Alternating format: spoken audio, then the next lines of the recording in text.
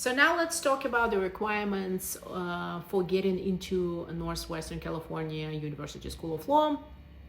The short name for school is NWCU, School of Law.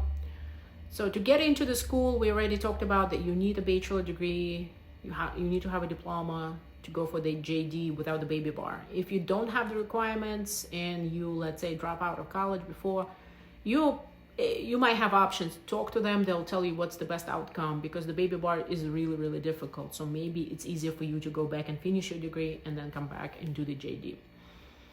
Other requirements, there's no minimum GPA, there is no there's no GPA, there is no exams, there's no LSAT or any kind of law school exams, because they pretty much take everybody. For another requirement is, it's not going to apply for everybody, but it's only going to apply for somebody who is not native English speaker, or maybe, I don't know, bilingual, English is not their first language.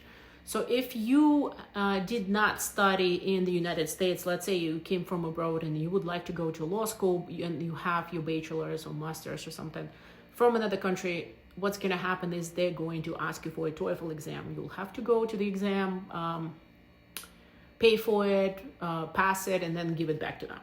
If you're not going to do that, well, they're not going to take you, because they need to know that you know English enough to get into the law school. If you're a native speaker and you already went to college in the United States, they're not going to ask for it, because it's assumed that previous college already took care of your English requirement.